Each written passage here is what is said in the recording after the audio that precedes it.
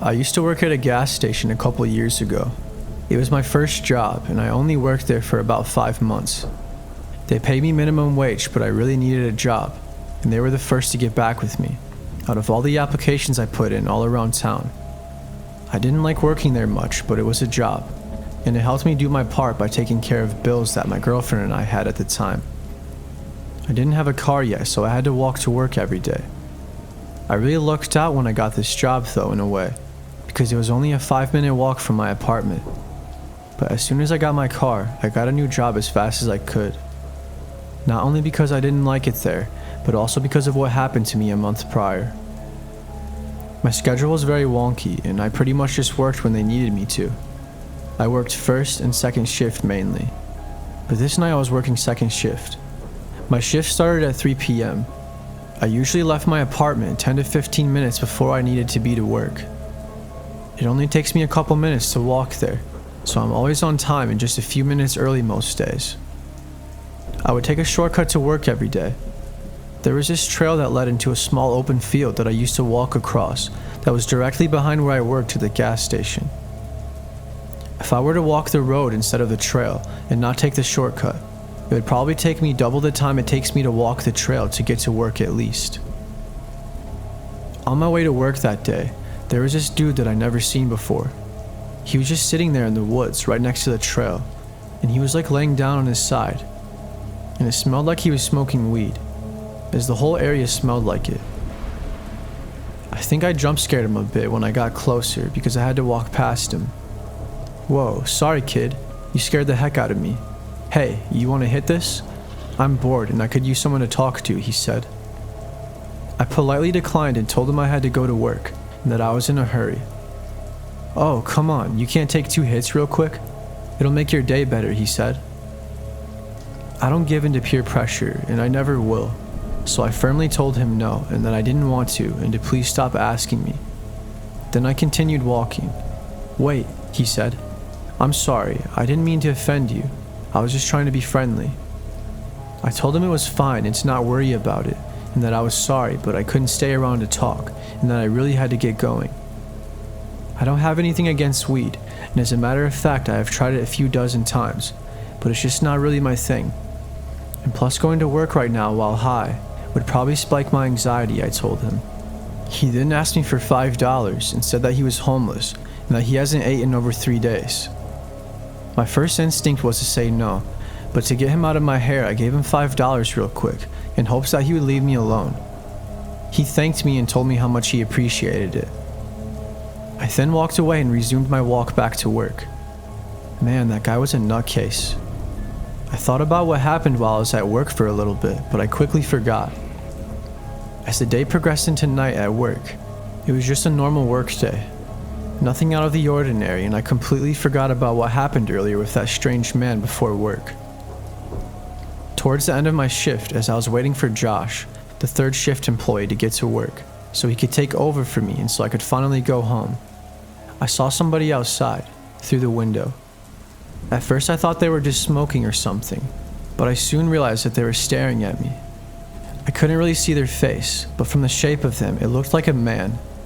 I couldn't make out any of his facial features at all. It made me feel a bit weird because me and this random man were the only people that were there at that exact point in time, that I knew of anyways. Every time I looked over at him within a 5-minute time span, he was still staring at me. I don't really think he even moved a muscle. I was starting to feel more anxious, but I decided to pay no mind to it. I didn't want to entertain him, so I picked up a broom and swept up my area, and I continued closing my station down, so that way I could leave as soon as James got there. I looked at my watch to check the time. It was 11:45 on the dot.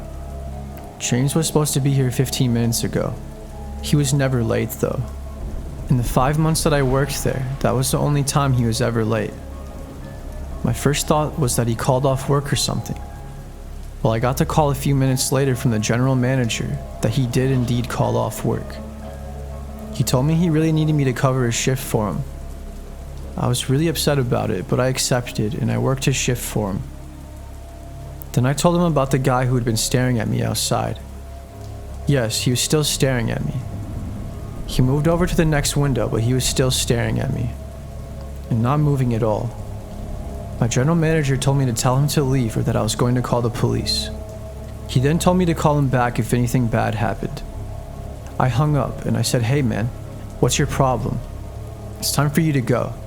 He just stood there and continued staring at me. He stood there for another 10 to 15 seconds, not saying a word at all. "I'm going to call the police if you're not gone when I come back," I said. I went inside and grabbed my phone, and when I came back outside, he was gone.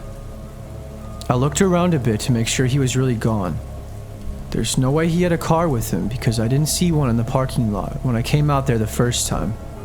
I looked around back and there he was, in the middle of the field, which was the shortcut that I took to work every day. He was nothing but a black shadow.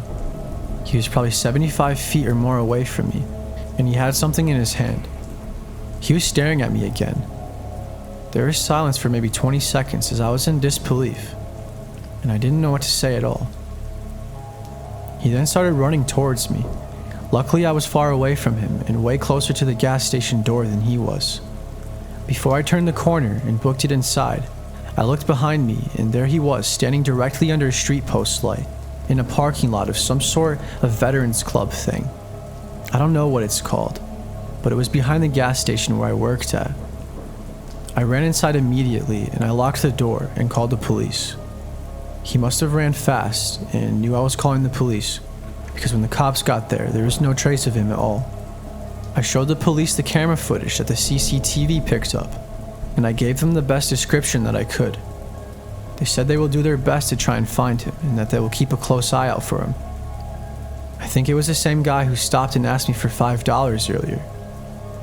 He kind of looked like him, but he was wearing a whole different outfit. And the guy who was staring at me had really long gray hair, while the guy I talked to before work looked like he had short hair. But he did have a beanie on, and he could have had his hair up in a bun or something and I just didn't notice. Either way, I quit taking the shortcut to work after that, in case he was still out there. I've never heard a word since from the police, so he's probably still out there somewhere. I don't know if he was trying to play some sick prank on me or something, but it makes me really uncomfortable to think about that he's probably still out there somewhere, doing something like this to other people.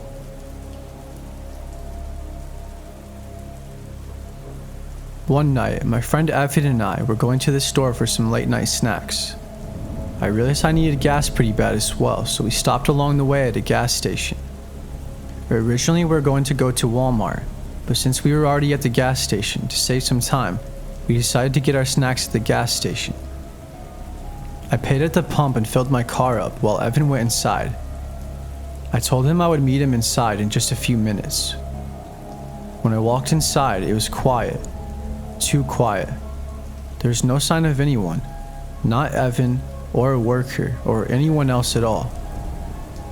I thought that was a bit weird, but I just figured Evan was in the bathroom or something. I decided to look around for some snacks and a couple of drinks for us while I waited. Well, time kept ticking and I still hadn't found Evan yet, so I knocked on the bathroom door. "Evan, you in there, man?" There was no response. Weird, I thought. Where is he? What's going on? I even tried calling him. No response. I then heard screaming, of which sounded like it came from the back. I was very confused, but also terrified, because it didn't seem right, and I also knew for a fact that something bad was happening. I slowly crept my way back there, and I knew I wasn't really allowed in the back, but I was pretty sure that this was an emergency situation, and I didn't care about getting in trouble, because I was worried about my best friend. As I got closer, I heard Evan talking. That was when I ran to him and I saw the most horrifying thing that I have ever seen in my entire life. It doesn't matter how hard I tried not to. Whenever I close my eyes, I can still see the image of this man lying on the floor how he was. It was the gas station employee. He had been beaten and robbed. And when I say beaten, I mean he was barely recognizable. It was the most gruesome thing I have ever seen in my whole life. I started freaking the hell out, but I was trying to help out the best I knew how. Evan was on the phone with the police, while the employee, I can't remember his name, I think it was Parker, was bleeding out. He was slowly losing consciousness. I wasn't sure if he was going to make it, so I started crying. He had 2 broken ribs, a broken nose, a concussion, and he was bleeding from the side of his head and had blood all over his face. He was rushed to a hospital, and thankfully the cops and ambulance got there pretty quick. Apparently the guy who did this to him was Parker's ex-girlfriend's new boyfriend that cheated on him with him. I guess they got into some sort of altercation, and this was the aftermath. Now I don't know what kind of bad blood they had between each other, besides the obvious animosity, but I can't think of many things that would require a beating that brutal and horrific. Evan said he witnessed part of it and tried to stop the man before he ran off, but he got away before he could catch up to him. And even then, the most important thing was this man's safety, so he tended to him before chasing him down. Evan described what the guy looked like to me, and now it all makes sense, because I saw someone run out of the store kind of, while I was getting gas. I didn't think much of it though. I just thought he might have been in a hurry or something. He was probably waiting until he knew he was alone to go in there and do what he did. Or maybe it was just ironic, in a wrong place, wrong time thing. Anyways, the police found the attacker later that night at his apartment, wasted. I heard he tried to run from the cops as well, but it didn't end too well. He was arrested, and I'm sure he will be getting charged with some serious felonies. Parker, on the other hand, is doing a lot better. He still works there at the gas station too. I see him all the time while he's working when I go in there. I can't even imagine what that would do to a person's psyche. I hope he's managing well.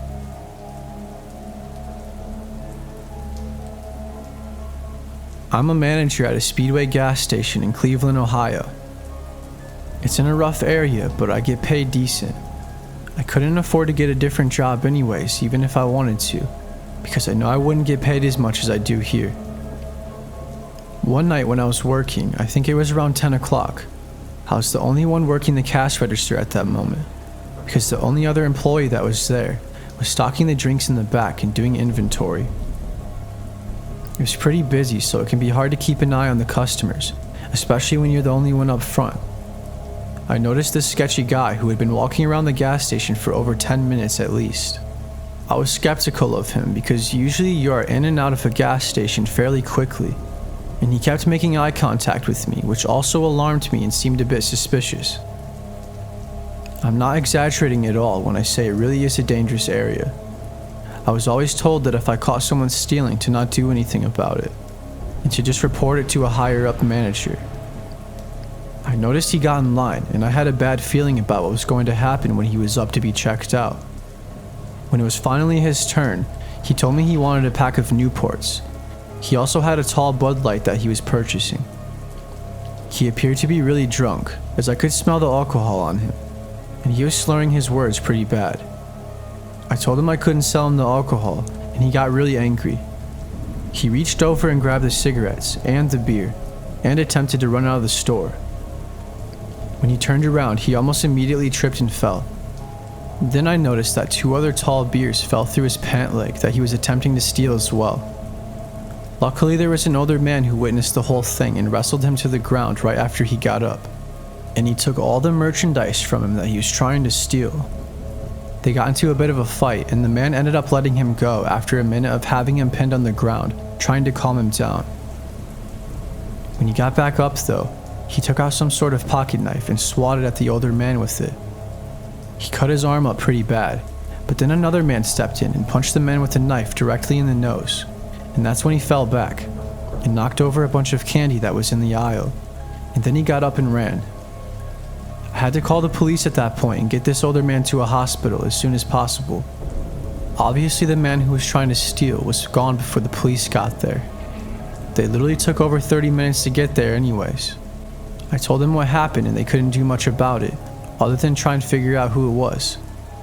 I can't believe someone would do something like that over a couple of beers and a pack of cigarettes. Some people are just straight up messed up. The weird thing is this guy still comes in all the time and is very passive aggressive. He even apologized to me about everything that he did one time. And another time he even threatened to fight me.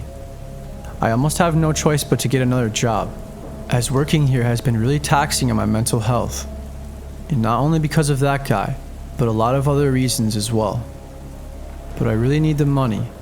I'm a single dad and can barely make ends meet at the end of the month as it is.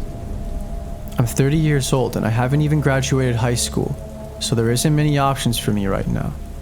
I plan on getting my GED soon and going to trade school so I can become an electrician. That way I can hopefully make a better living for my daughter and I. I have a really messed up past, but I'm trying to change my life around.